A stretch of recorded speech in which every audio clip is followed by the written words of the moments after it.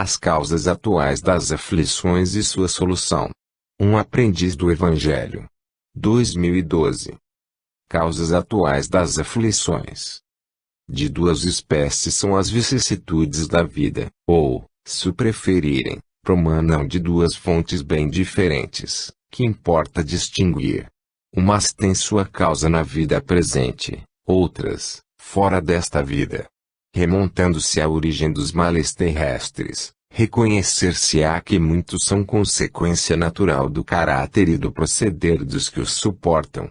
Quantos homens caem por sua própria culpa? Quantos são vítimas de sua imprevidência, de seu orgulho e de sua ambição? Quantos se arruinam por falta de ordem, de perseverança, pelo mau proceder, ou por não terem sabido limitar seus desejos? Quantas uniões desgraçadas, porque resultaram de um cálculo de interesse ou de vaidade nas quais o coração não tomou parte alguma? Quantas dissensões e funestas disputas se teriam evitado com um pouco de moderação e menos suscetibilidade? Quantas doenças e enfermidades decorrem da intemperância e dos excessos de todo gênero? Quantos pais são infelizes com seus filhos, porque não lhes combateram desde o princípio as más tendências? Por fraqueza, ou indiferença, deixaram que neles se desenvolvessem os germens do orgulho, do egoísmo e da tola vaidade, que produzem a secura do coração. Depois, mais tarde, quando colhem o que semearam, admiram-se e se afligem da falta de deferência com que são tratados e da ingratidão deles. Interroguem friamente suas consciências todos os que são feridos no coração pelas vicissitudes e decepções da vida, remontem passo a passo a origem dos males que os torturam e verifiquem se, as mais das vezes, não poderão dizer, se houvesse feito, ou deixado de fazer tal coisa, não estaria em semelhante condição. A quem, então, há de o homem responsabilizar por todas essas aflições, senão a si mesmo? O homem, pois, em grande número de casos, é o causador de seus próprios infortúnios, mas, em vez de reconhecê-lo, acha mais simples, menos humilhante para sua vaidade acusar a sorte, a providência, a má fortuna, a má estrela, ao passo que a má estrela é apenas a sua incúria. Os males dessa natureza fornecem, indubitavelmente, um notável contingente ao cômputo das vicissitudes da vida. O homem as evitará quando trabalhar por se melhorar moralmente, tanto quanto intelectualmente. A lei humana atinge certas faltas e as pune. Pode, então, o condenado reconhecer que sofre a consequência do que fez. Mas a lei não atinge, nem pode atingir todas as faltas. Incide especialmente sobre as que trazem prejuízo à sociedade e não sobre as que só prejudicam os que as cometem. Deus, porém, quer que todas as suas criaturas progridam e, portanto, não deixe impune qualquer desvio do caminho reto. Não há falta alguma, por mais leve que seja, nenhuma infração da sua lei, que não acarrete forçosas e inevitáveis consequências, mais ou menos deploráveis. Daí se segue que, nas pequenas coisas, como nas grandes, o homem é sempre punido por aquilo em que pecou. Os sofrimentos que decorrem do pecado são-lhe uma advertência de que procedeu mal. Dão-lhe experiência, fazem-lhe sentir a diferença existente entre o bem e o mal e a necessidade de se melhorar para, de futuro, evitar o que lhe originou uma fonte de amarguras, sem o que, motivo não haveria para que se emendasse. Confiante na impunidade, retardaria seu avanço e, consequentemente, a sua felicidade futura.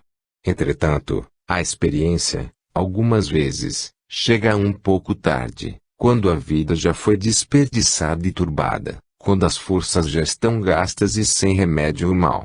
Põe-se então o homem a dizer, se no começo dos meus dias eu souber o que sei hoje, quantos passos em falso teria evitado? Se houvesse de recomeçar, conduzir-me-ia de outra maneira. No entanto, já não há mais tempo. Como o obreiro preguiçoso, que diz, perdi o meu dia, também ele diz, perdi a minha vida. Contudo, assim como para o obreiro o sol se levanta no dia seguinte, permitindo-lhe neste reparar o tempo perdido, Também para o homem, após a noite do túmulo, brilhará o sol de uma nova vida, em que lhe será possível aproveitar a experiência do passado e suas boas resoluções para o futuro. Allan Kardec. Introdução. Um dos argumentos que as pessoas que não querem investir na autorreforma moral utilizam para justificar-se é o de que os autorreformados vivem no mundo da lua, sua vida é insípida, não usufruem dos prazeres da vida e estão sempre em desvantagem na vida social, profissional e afetiva, enquanto que, na verdade, são as virtudes, representadas pela ética do Cristo, justamente que garantem nossa estabilidade espiritual e nos fazem percorrer a trajetória no mundo terreno em boas condições, fazendo com que cumpramos nossos compromissos espirituais, assumidos antes da encarnação, ao mesmo tempo em que evitemos uma série de transtornos, que provocam as aflições na vida dos que se concentram nos interesses materiais. As virtudes são as verdadeiras garantias de uma vida feliz, dentro das possibilidades terrenas, e não o contrário. Allan Kardec, que os que lhe conhecem completamente as lições acreditam ter apresentado apenas propostas de natureza religiosa, filosófica e científica, na verdade, era um homem que viveu de forma organizada e planejada em tudo que fez e traz algumas dessas referências, que iremos comentar neste estudo, pretendendo que sejam úteis aos irmãos e irmãs espíritas, que, muitas vezes, se deixam desanimar pelos descrentes e pessimistas, que procuram inocular-lhes sutilmente o veneno da dúvida sobre a utilidade das virtudes. Para compreender a ética do Cristo é preciso estudá-la em profundidade e não apenas ter delas algumas notícias superficialmente. Não se deve separar as coisas de Deus dos interesses do mundo na nossa vida, pois, em todos os momentos, devemos estar imbuídos da ética do Cristo para nossa vida ser frutuosa e feliz. Rogamos a Deus que possamos atingir a finalidade, que é informar corretamente os prezados leitores e ser-lhes útil. O autor. 1. Causas atuais das aflições. Allan Kardec inseriu o comentário mencionado no introito deste estudo no capítulo V do Evangelho segundo o Espiritismo, intitulado Bem-aventurados os aflitos, com a finalidade de desmistificar a ideia de alguns de que todas as aflições que vivemos têm sua causa nas encarnações passadas, pois, na verdade, como ele esclarece, sua causa se encontra nos nossos próprios defeitos morais, que fazem com que, em outras palavras, por onde passemos deixemos nossas pegadas de barro moral. Relacionamos as causas que o codificador enumerou exemplificativamente e não taxativamente e as comentaremos individualmente, como forma de reflexão para nossa vida comum, sem a pretensão de esgotar o assunto. Sem a autorreforma moral estaremos sempre reincidindo nas mesmas faltas e sofrendo os prejuízos que delas decorrem. O ser humano chega, mais cedo ou mais tarde, a uma encruzilhada em que tem de escolher o caminho do bem ou do mal, que podemos chamar de a estrada de Damasco de Saulo de Tarso ou a proposta para visitar sua casa, que Jesus fez a Zaqueu, o que mudou a vida de ambos os então moralmente equivocados. 1.1 As vítimas da própria imprevidência. O que é a imprevidência senão a falta de bom senso nas escolhas que realizamos em muitas ocasiões no nosso dia a dia? Se bem analisarmos, escolhemos mal as palavras para nos dirigirmos às pessoas, as companhias para a convivência conjugal, a profissão que vamos exercer, as formas de lazer, nosso tipo de alimentação, a hora do sono, os temas de nossas conversas, os pensamentos, quando estamos a sós, as leituras, os programas da televisão, as perdas de oportunidades de ser úteis e assim por diante. Imprevidência é não calcular bem os prós e os contras de cada opção feita. Todavia, para tanto, é necessário que raciocinemos levando em conta a ética do Cristo e não os interesses materiais, pois, se os cálculos forem feitos com base nas primeiras opções serão umas, mas, se a referência forem os segundos, as opções serão totalmente diferentes. Os resultados, consequentemente, serão opostos em um caso e no outro. Antever o advirá de cada pensamento, sentimento ou atitude é imprescindível, pois, como espíritas, sabemos que, ao pensar, estamos criando, atuando sobre o fluido cósmico universal, fabricando uma realidade invisível para os encarnados, mas perfeitamente perceptível para os desencarnados e que nos vinculará a determinada frequência vibratória mental, sintonizando-nos com o bem ou o mal, nos seus vários níveis e subníveis, ao sentir, igualmente, e, ao agir, da mesma forma, além dos resultados concretos no mundo material. A imprevidência é a causa de muitos insucessos e infortúnios. Allan Kardec disse: é preferível ser um bom sapateiro a um mau poeta, como forma de alerta para quem pretenda se arrogar uma superioridade impossível para a atual encarnação. Saber reconhecer as próprias limitações representa humildade e previdência, evitando-se investimentos e projetos inviáveis, que desembocam no desencanto e na decepção, quando não em complicações mais graves e até insanáveis. 1.2 As vítimas do próprio orgulho. O orgulho nos faz pensar que somos superiores às demais pessoas e nos leva a desprezá-las.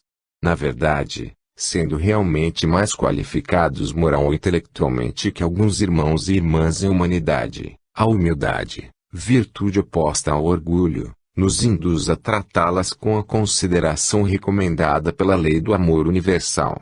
Se justificasse o contrário, Jesus, espírito superior a qualquer outro que passou pela terra, teria motivos de sobra para menoscabar a todos nós, sendo que fez exatamente o contrário, pois foi o mais humilde de todos, pois ensinou que o maior é justamente o que mais e melhor ama a todos. Não se justifica, de forma alguma, orgulho, que representa uma das formas de primitivismo moral e, para dizer a verdade, igualmente intelectual, pois o conhecimento das leis divinas em profundidade induz as virtudes e a superação dos defeitos morais. A pessoa orgulhosa cria dificuldades para si e para as demais, pois está constantemente em choque com as outras por pretender-lhes impor seus pontos de vista e assumir o comando sobre elas, ao invés de simplesmente cumprir suas tarefas e delas prestar contas à justiça divina. Napoleão Bonaparte estava programado para uma importante missão na área política, o que facilitaria a implantação da doutrina espírita na Terra, mas, por se deixar dominar pelo orgulho, que ainda lhe caracterizava a personalidade, enveredou pelo autoritarismo e provocou guerras injustificáveis, perdendo a encarnação, somente não prejudicando mais a paz mundial porque foi neutralizado pelos espíritos superiores, que lhe determinaram tristes dias de reflexão para um final de vida na prisão. Assim acontece quando nos desviamos muito dos caminhos do bem, provocando a lei de causa e efeito contra nós e sofrendo os resultados das indevidas ingerências na vida alheia. Devido ao orgulho infeliz, quanta gente se perde. 1.3 As vítimas da própria ambição. Allan Kardec, profundo conhecedor da psicologia, além de inspirado e orientado pelos espíritos superiores, relacionou a ambição desmedida como outra causa atual das aflições humanas, uma vez que, pretendendo conquistar benesses superiores e suficientes para uma vida voltada para a própria evolução intelecto-moral, muitos de nós passam a perseguir sonhos de grandeza que nos desviam do caminho do bem. Assim é que, pretendendo ficar ricos ou poderosos, acabam investindo tempo e esforços que deveriam ser utilizados no cumprimento das promessas que fizeram quando ainda estavam no mundo espiritual, iludidos com os interesses materiais, que pretendem multiplicar, para a satisfação do ego, chegam ao final da encarnação de mãos vazias em termos de conquistas espirituais, e assim por diante. A ambição faz a pessoa pretender o supérfluo, o injusto, em suma, aquilo que supera o necessário, a justa medida para o cumprimento da sua tarefa no mundo terreno. Sendo, como é, a meta mais importante a própria evolução intelecto-moral, as outras são secundárias para o espírito, devendo cada um consultar a própria consciência para avaliação do que deve ser pretendido e do que deve ser simplesmente deixado de lado durante a encarnação. A tendência de culparmos os outros pelos nossos erros significa desculpismo e falta de coragem de perlustrar o caminho seguido pelos grandes convertidos, Zaqueu, Paulo de Tarso e Maria de Magdala, que, quando caíram em si, reconheceram os equívocos cometidos e adotaram o caminho da autorreforma moral, seguindo a exemplificação de Jesus. A virtude contrária à ambição desmedida é a moderação, sendo que quem adota sabe escolher o que lhe convém como forma de conduta. 1.5 As pessoas arruinadas por falta de ordem. É imprescindível planejarmos cada iniciativa e quem assim não procede corre permanente risco de arruinar-se, pois os imprevistos sempre podem acontecer e, nesse caso, pegam de surpresa quem não se precatou contra os eventos funestos. Se as situações preocupantes e nefastas podem ocorrer quando prevemos todas as possibilidades negativas, quanto mais estaremos sujeitos aos desastres da sorte se agirmos de forma imprevidente. Muitos chegam ao fracasso de várias ordens por falta de organização na sua vida pessoal, afetiva, profissional etc., pois vivem em função do momento presente, sem planejar o futuro, ou sonham alto demais e se esquecem das próprias limitações, pretendendo o que realmente não merecem ou não lhes terá utilidade real. Ordem na própria vida é imprescindível para a tranquilidade possível em um mundo de provas e expiações, ou seja, onde o mal ainda prepondera, sendo que, em mundos mais adiantados ainda mais ordem existe, pois ordem é sinal de evolução intelecto-moral. Os espíritos primitivos são desorganizados, imprevidentes, porque não consolidaram em si o hábito da ordem, inexperientes que ainda são. O universo funciona dentro de uma ordem absoluta, porque, em caso contrário, seria impossível que tantos elementos interagissem sem provocarem o caos. Somente os seres humanos primitivos destoam dessa harmonia, mas, sendo a tendência universal aperfeiçoamento, também eles aprenderão como atuar em consonância com a ordem, que vigora na criação. Quanto mais evoluído é um espírito, mais reflete a ordem, que emana do Pai e suas leis. Allan Kardec mesmo, como espírito superior, retrata nos livros da codificação, a ordem, ao dispor dos variados temas de forma organizada, facilitando sua compreensão e aprendizado. 1.6 As pessoas arruinadas por falta de perseverança. A falta de perseverança é sinônimo de preguiça, ou seja, desinteresse pela continuidade no cumprimento dos nossos deveres. Reconhecendo que nos compete uma tarefa, devemos realizá-la com determinação e persistência, somente interrompendo-a quando necessário ao repouso indispensável, mas retornando novamente no tempo certo. A preguiça representa um defeito moral, revelando irresponsabilidade. Se Allan Kardec foi escolhido para a missão de codificador, um dos itens que deve ter sido levado em conta foi sua aplicação ao trabalho, sua determinação em persistir no cumprimento dos seus deveres, tanto que, em relativamente pouquíssimo tempo, deu conta de escrever e publicar tantas obras, cuja maior característica é sua perenidade, porque perfeitas na forma e densas no conteúdo. Na certa que havia outros espíritos dotados de mais expressivo cabedal de cultura e inteligência, todavia menos preparados em termos de perseverança no trabalho.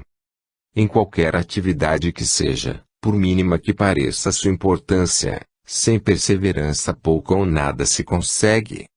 A perseverança é uma virtude, que os espíritos superiores já consolidaram através do cumprimento dos seus deveres em muitas vidas dedicadas ao trabalho e ao estudo, voltados para o seu próprio progresso intelecto-moral e o da humanidade.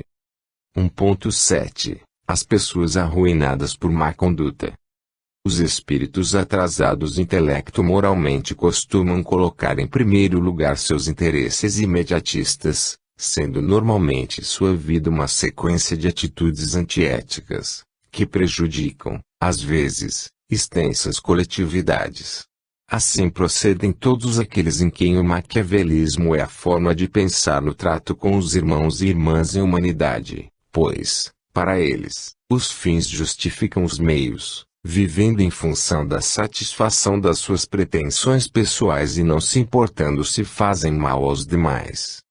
Para esses as leis humanas representam empecilhos que eles procuram driblar com artifícios fraudulentos e somente a justiça divina os detém e educa, através das formas pedagógicas que o Pai amoroso e justo previu para transformar injustos e egoístas em seres dedicados ao bem. Quem vive desonestamente não pode pretender bons resultados na sua vida nem acusar a Deus ou a sorte pelas suas infelicidades atuais, as quais representam meras consequências das suas próprias atitudes malsãs. Há quem aparente honestidade, mas cujos pensamentos e sentimentos sintonizam no mal e atraem desgraças para a sua própria vida. Assim, quando Kardec fala em conduta, na certa, não se referiu apenas às atitudes externas, mas englobou também o que se passa portas adentro da intimidade mental de cada um, pois os pensamentos e os sentimentos atuam sobre o fluido cósmico universal, criando no bem ou no mal.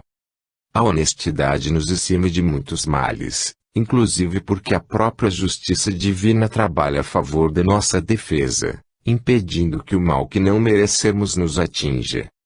Os espíritos superiores são honestos em todos os seus pensamentos, sentimentos e atitudes e, por isso, quando algo de mal lhes acontece, eles suportam tudo com serenidade, reconhecendo que redundará em benefício do seu progresso. 1.8 As pessoas arruinadas por não terem limitado seus desejos. Os desejos, neste tópico, dizem respeito aos maus propósitos, pois que há bons desejos, no sentido de sua eticidade. Os maus desejos representam pretensões antiéticas, prejudiciais aos outros e a nós próprios, sendo que os espíritos primitivos se caracterizam pela predominância dos maus desejos, que procuram satisfazer a qualquer preço, inclusive com o prejuízo alheio. Na área profissional, por exemplo, muitos há que procuram sambarcar o máximo de benefícios, desrespeitando a ética profissional e as leis divinas. Na área afetiva, há quem explore os sentimentos e a confiança alheios, dentro das quatro paredes do lar. Existe quem abuse do aparente poder que detém na qualidade de pai ou mãe, e assim por diante. A reflexão sobre este tópico, e, bem assim, sobre os demais, lembrados por Kardec, representa um aprendizado de vida, pois a doutrina espírita abrange todos os ramos do conhecimento humano, na qualidade de filosofia, ciência e religião. 1.9 As pessoas que optaram pelas uniões infelizes por interesse calculado ou vaidade. Se houve época em que os casamentos representavam arranjos de interesses dos pais, que disponham a seu bel prazer da felicidade dos filhos e filhas, hoje em dia esse quadro mudou, porque os próprios filhos e filhas têm exercido o direito de escolha do cônjuge muitas vezes com a maior irresponsabilidade, visando simplesmente viver uma aventura, já de antemão se preparando para eventual separação, quando esgotar-se o interesse, sobretudo, no exercício da sexualidade pura e simples. Pouco, na verdade, se tem pensado na afinidade espiritual, porque, sem a autorreforma moral, procura-se a mera satisfação do egoísmo, onde cada um pensa em si e não se importa com a felicidade ou infelicidade alheias. Não tem acontecido muitos casamentos em que prevaleça o interesse calculado ou a vaidade, os quais deveriam ocorrer em grande quantidade na época de Kardec, mas sim aqueles a que nos referimos linhas acima, uma vez que, após milênios de vivência, sobretudo, pelas mulheres, de uma desigualdade desumana, agora muitas querem usufruir de total liberdade, partindo para o extremo oposto, comprometendo-se eticamente através do exercício da sexualidade sem o necessário controle ético. Todavia, como todo extremo tende a fazer o pêndulo do equilíbrio voltar para o extremo oposto, depois da vivência da extrema permissividade, deverá passar a imperar a ética, inclusive na área da sexualidade. Nessa época, que se avizinha, os casamentos se realizarão com base na afinidade espiritual, única forma de perdurarem, com a realização da felicidade verdadeira dos cônjuges, cuja conduta será pautada pela prática das virtudes. Estaremos, então, em plena era da regeneração e seremos felizes. 1.10 As vítimas de dissensões ou querelas funestas. Se, na época de Kardec, o duelo era um dos grandes problemas, tanto que foi abordado extensamente na codificação, as disputas com armas agora se transformaram em lutas judiciais, em que, por qualquer motivo, as pessoas processam umas às outras, perdendo a própria tranquilidade e gerando mais problemas que soluções.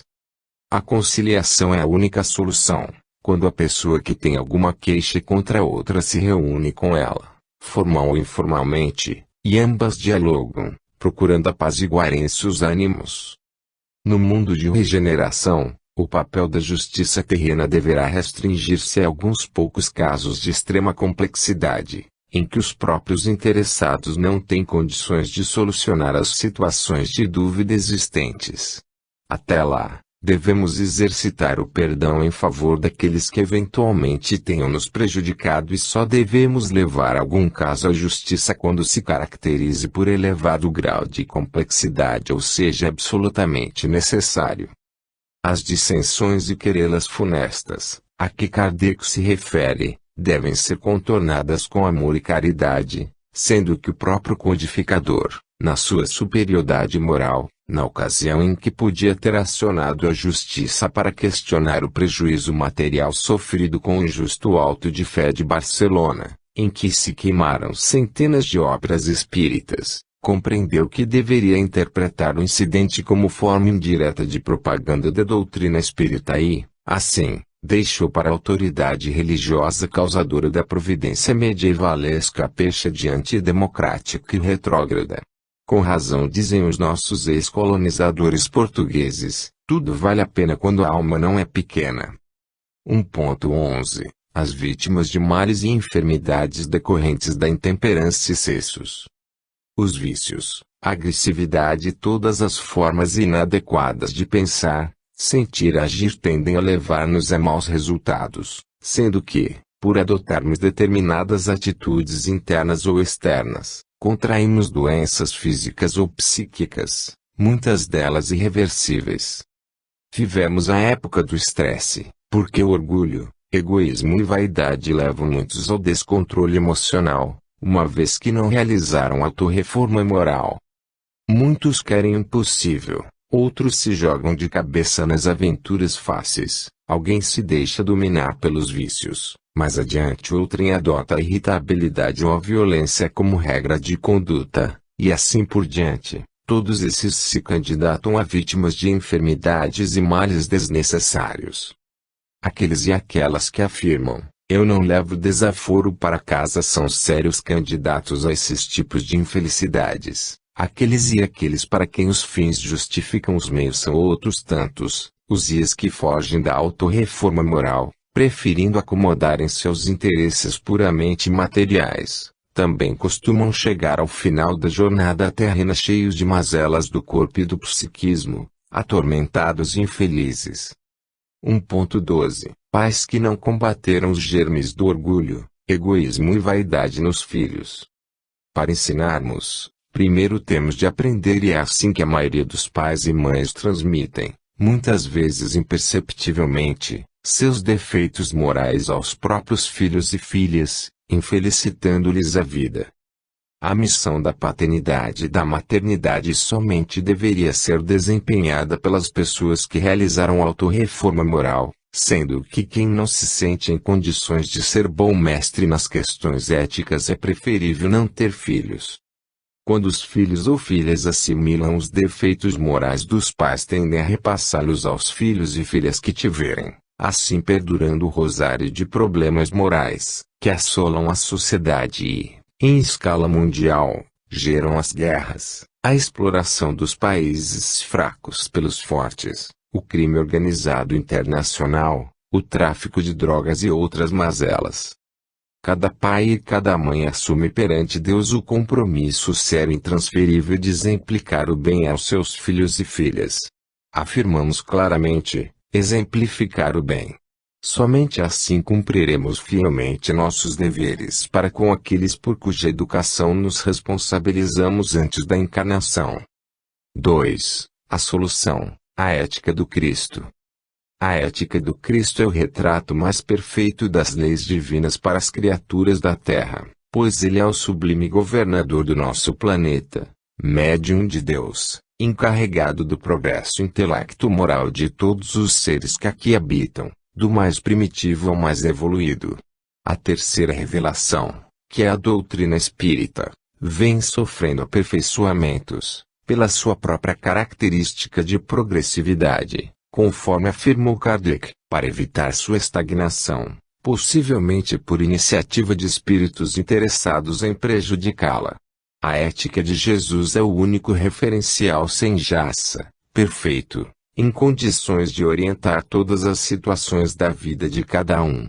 Por isso, mesmo respeitando as demais revelações, sempre destinadas ao bem da humanidade, dadas em diversas épocas e localidades, não há como nos desviarmos dos referenciais cristãos, para nós, espíritas, atualizados por Allan Kardec e os posteriores missionários do Cristo, ultimamente falando pela boca ou pela pena de Francisco Cândido Xavier, Divaldo Pereira Franco e outros. 2.1 O amor. Primeiramente, devemos reconhecer que foi Jesus, o sublime governador da Terra, quem esclareceu melhor sobre o amor, o qual, para o nosso nível de compreensão, pode ser representado por uma árvore, a partir da qual se projetam 3 ramos, que são, o auto-amor, amor a si próprio, o alomor, amor ao próximo, e o amor a Deus.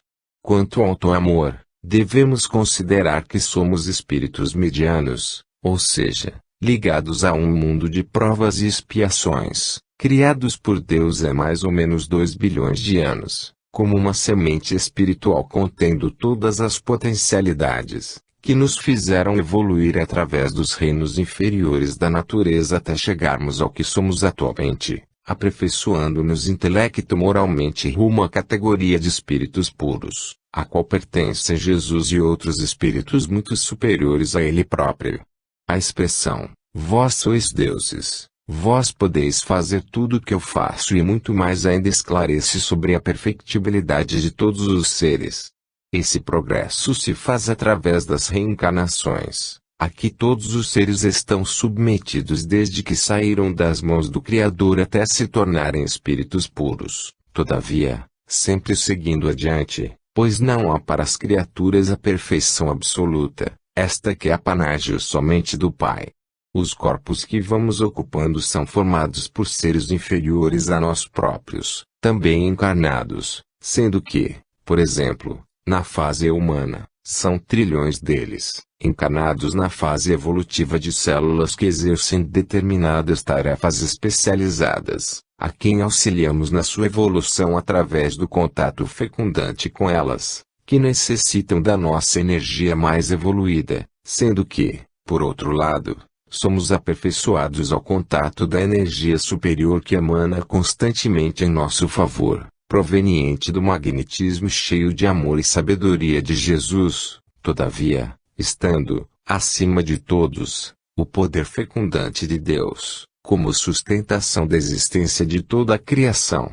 Por essa razão, devemos compreender a interdependência entre todos os seres criados por Deus, através da irradiação espiritual de cada um, que alcança todos os demais e deles recebe, em contrapartida, sua irradiação, numa permuta incessante. Não há, no universo, nenhuma estrutura isolada dessa teia de radiações, fecundada pelo Pai Celestial. O máximo que podemos fazer é mudar de faixa vibratória, passando das mais inferiores às superiores, gradativamente e deixando de ser escravos do primitivismo e alçando voo em direção aos estados em que se exerce o trabalho consciente em favor do nosso próprio progresso intelecto-moral e o dos demais irmãos e irmãs, pela forma de pensar, sentir e agir. Portanto, o auto-amor deve ser compreendido como a conscientização dessa realidade e o consequente investimento no próprio aperfeiçoamento intelecto-moral para integração em nível mais elevado nesse imenso concerto de dar e receber. O alô-amor representa o trabalho, através do pensar, sentir e agir realizado conscientemente em favor do progresso dos demais seres, incluindo aqueles que estão vivenciando os primeiros degraus de evolução. Francisco de Assis chamava todos de irmãos e irmãs e Francisco Cândido Xavier dirigia palavras carinhosas às plantas e aos animais. A ecologia nada mais é do que um nome que a ciência materialista dá ao amor. Se devemos amar nossos irmãos e irmãs inferiores na escala evolutiva, quanto mais aqueles e aquelas com os quais convivemos na coletividade humana a qual pertencemos e que vemos atravessando dificuldades de variada ordem.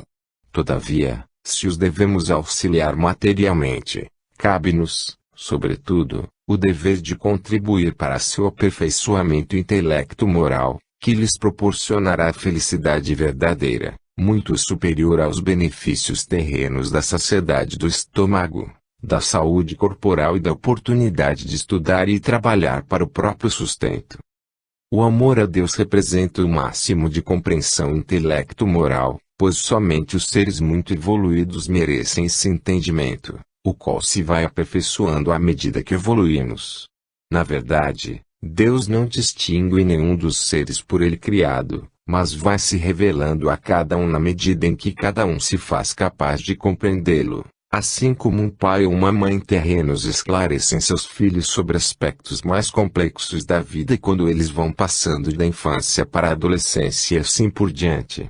Quando Jesus nos ensinou o Pai Nosso, tentou resumir naquelas poucas palavras tudo o que podíamos esperar do Pai e saber sobre ele.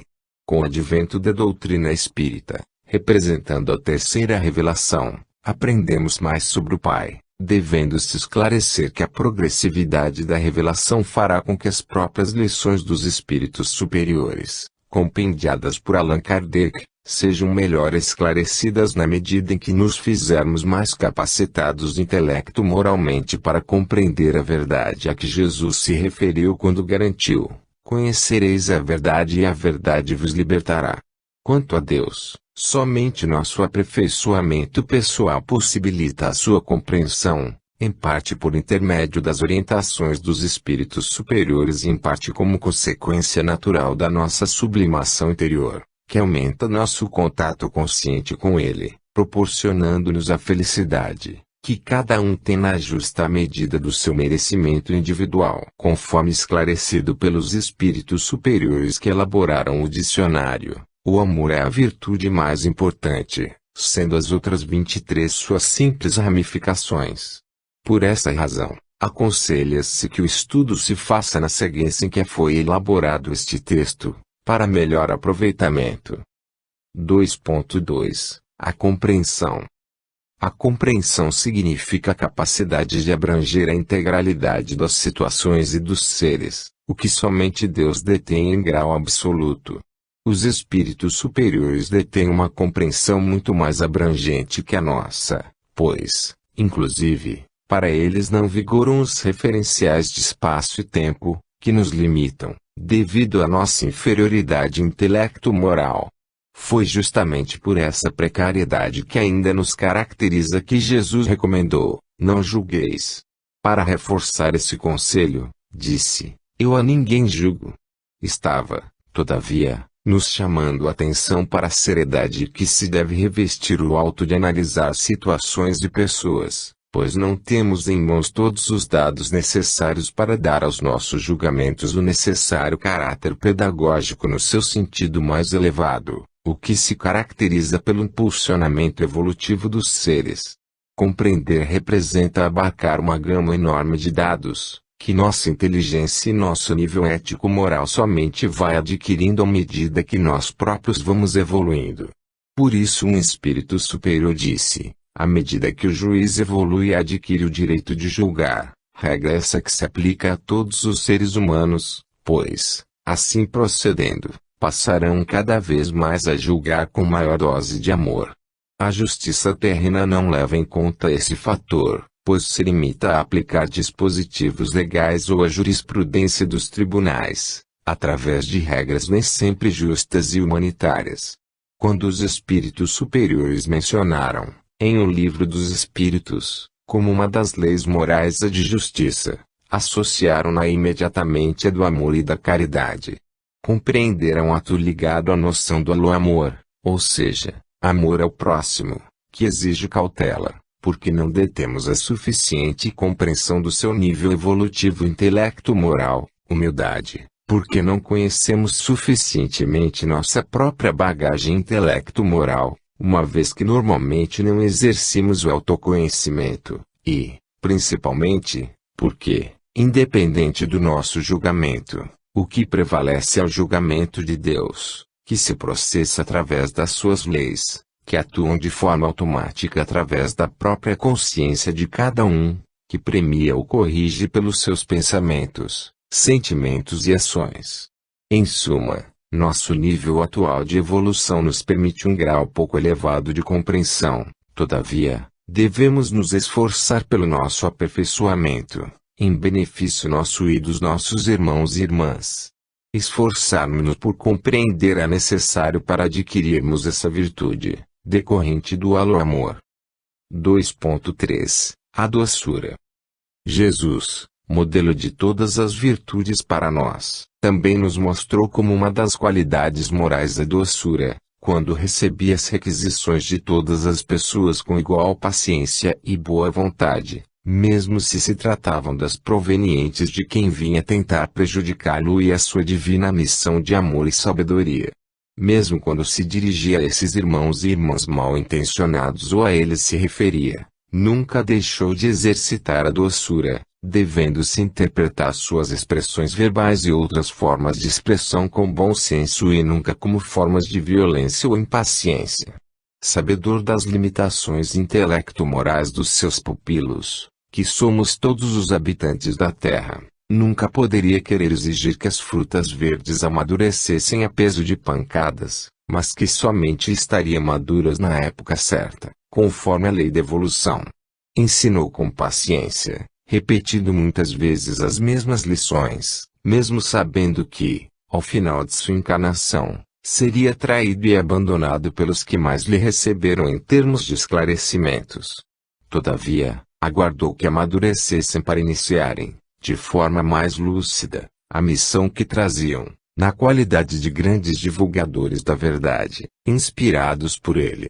A doçura é apanágio dos espíritos superiores, que nunca se impacientam com as incompreensões de quem ainda não está preparado para entender a verdade. Francisco de Assis, Francisco Cândido Xavier, Mohandas Gandhi, Madre Teresa de Calcutá e outros missionários do bem sempre se conduziram com doçura, pois que ela é uma das manifestações mais elevadas do amor universal. 2.4 A firmeza. Firmeza é a condição psicológica que nos possibilita iniciar uma forma de pensar, sentir e agir e permanecer coerente com ela, apesar de todas as dificuldades que se lhe oponham. Como se vê, compreende dois momentos, que os espíritos superiores chamaram de vontade e perseverança, para fins didáticos. Para a prática de qualquer virtude é necessária a firmeza, pois tanto as oposições externas, representadas pelas circunstâncias adversas, quanto pelas pessoas que tentam nos dissuadir, quanto pelos nossos próprios atavismos, que tendem a nos manter atrelados aos padrões que adotamos no passado, quando ainda nos satisfazíamos com os modelos antiéticos.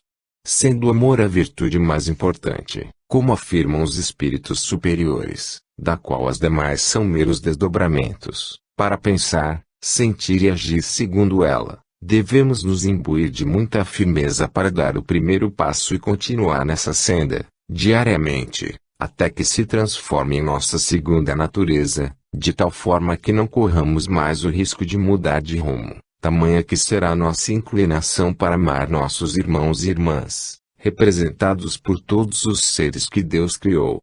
Jesus, que sempre mencionamos como modelo para todos os seres que habitam nosso planeta, sempre foi firme na sua conduta, que, em momento algum, distou da ética divina que veio ensinar.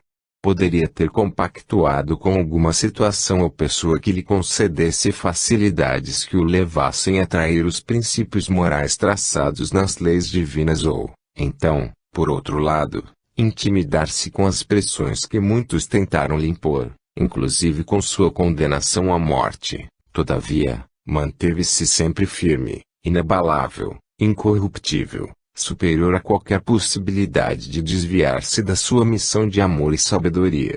Abaixo da exemplificação de Jesus, vemos igualmente firmes os grandes missionários por ele enviados, como Sócrates, Francisco de Assis, Francisco Cândido Xavier, Mohandas Gandhi, Madre Teresa de Calcutá e outros, que atravessaram a existência solidamente escorados por sua própria firmeza interior, independente de qualquer chamamento que os induzisse às facilidades materiais ou ao temor. Devemos estar sempre conscientes da necessidade da firmeza, que não significa intransigência nem dureza de coração, mas sim determinação inabalável no propósito da autorreforma moral, que deve estar acima de qualquer outra meta e sem a qual nossa vida significará a mera repetição dos equívocos cometidos quando ainda adotávamos os padrões ético-morais do homem velho ou da mulher velha. 2.5 A vontade. A vontade é a chama interior, que acendemos com um combustível interno, o qual vem diretamente da mente fecundante de Deus, que sustenta suas criaturas nos bons propósitos, com vistas à sua evolução intelecto-moral. Sem pedirmos ao Pai que acenda esse lume em nosso interior, qualquer que seja a forma como nos dirigamos a Ele, mesmo que em rogativo inconsciente, permaneceremos na escuridão interior, ou seja, sem a vontade necessária para a autorreforma moral.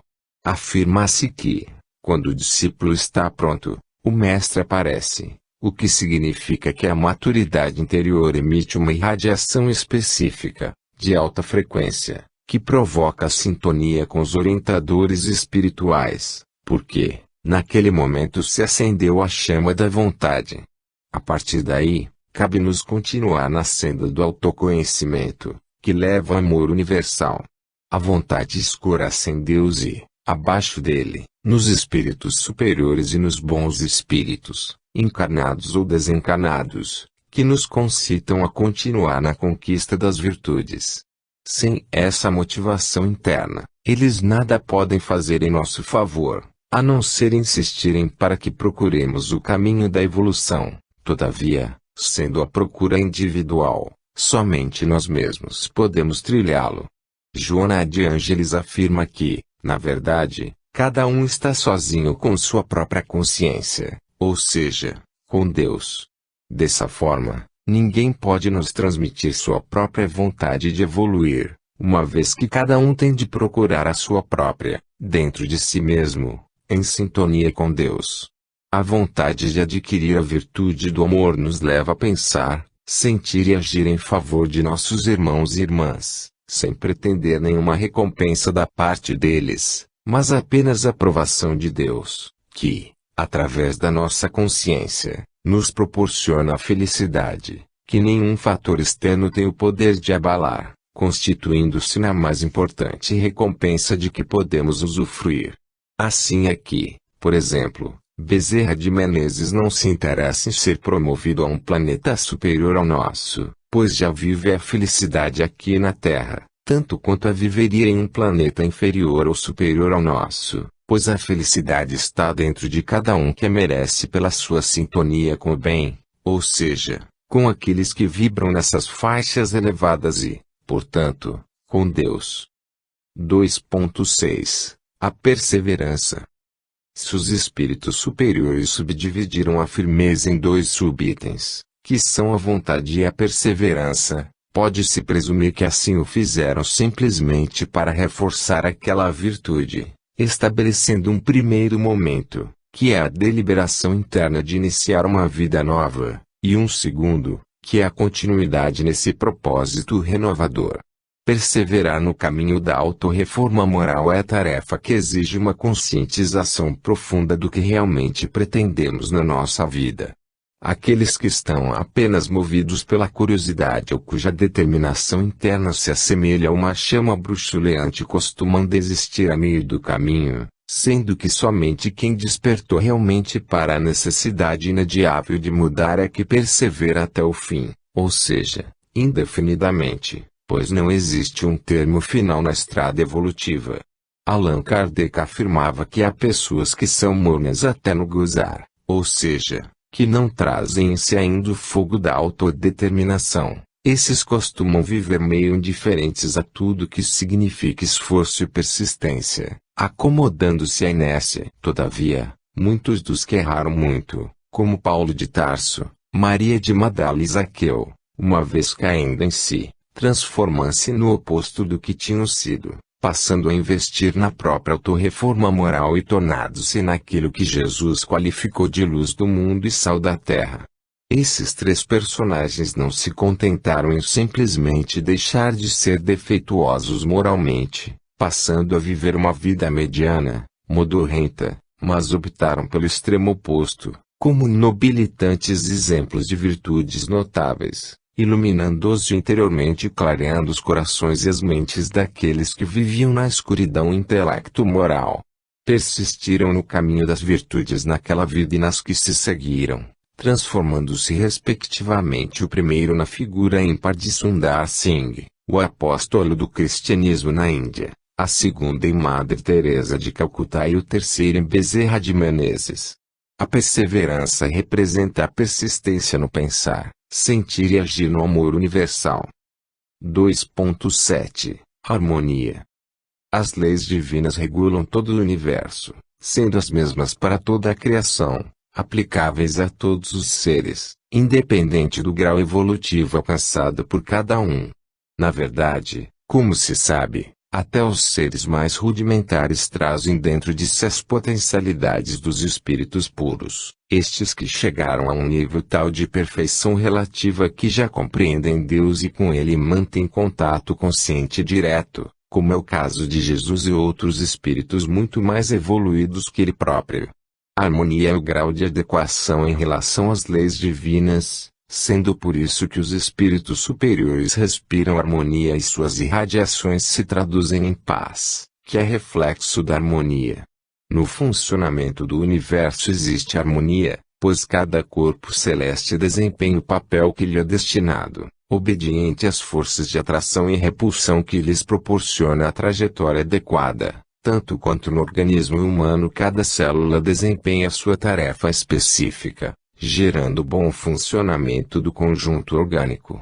Apenas os seres humanos ainda não autorreformados moralmente costumam destoar da harmonia que vigora automaticamente entre os chamados irracionais, os quais, impulsionados pelos instintos, somente atacam os demais na medida exata de suas necessidades de sobrevivência estrita, mas nunca ultrapassando esses limites.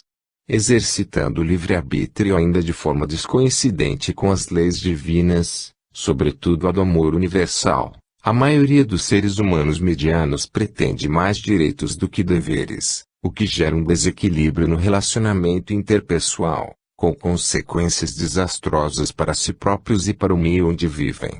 A harmonia consiste, nas sociedades humanas, justamente no equilíbrio entre direitos e deveres, sendo que cada um deve exercer os primeiros até o ponto em que não prejudique seus irmãos e irmãs e nem a si próprios, tanto quanto deve cumprir os segundos na medida em que tal se faz útil realmente a si mesmos e aos outros. A harmonia é o resultado do amor universal, sob a forma de pensamentos, sentimentos e atitudes adequadas. Jesus trouxe a mensagem da harmonização universal, propondo um novo paradigma, que se traduz no autoaperfeiçoamento de cada um para formarmos um conjunto de seres que passem a atuar como um imenso organismo onde cada um passe a somar em favor do todo ao invés de desunir a coletividade. Os espíritos superiores nos ensinam a primeiramente nos harmonizarmos interiormente para, somente depois, procurarmos, por exemplo, a conjugalidade e paternidade e a maternidade, porque somente quem sabe tem condições de ensinar e apenas quem está bem consigo próprio consegue estar bem com os demais irmãos e irmãs em humanidade. A harmonia é uma conquista espiritual que passamos a merecer pelo nosso esforço continuado em equilibrar nossos direitos e deveres, tomando como referência as leis divinas. 2.8 O rigor. O rigor deve ser entendido como sendo a justa medida na avaliação dos nossos direitos e deveres. Não se confunde com a cobrança de atitudes dos nossos irmãos e irmãs, mas sim na nossa própria autoavaliação, visando o autoconhecimento e consequente autoaperfeiçoamento intelecto-moral.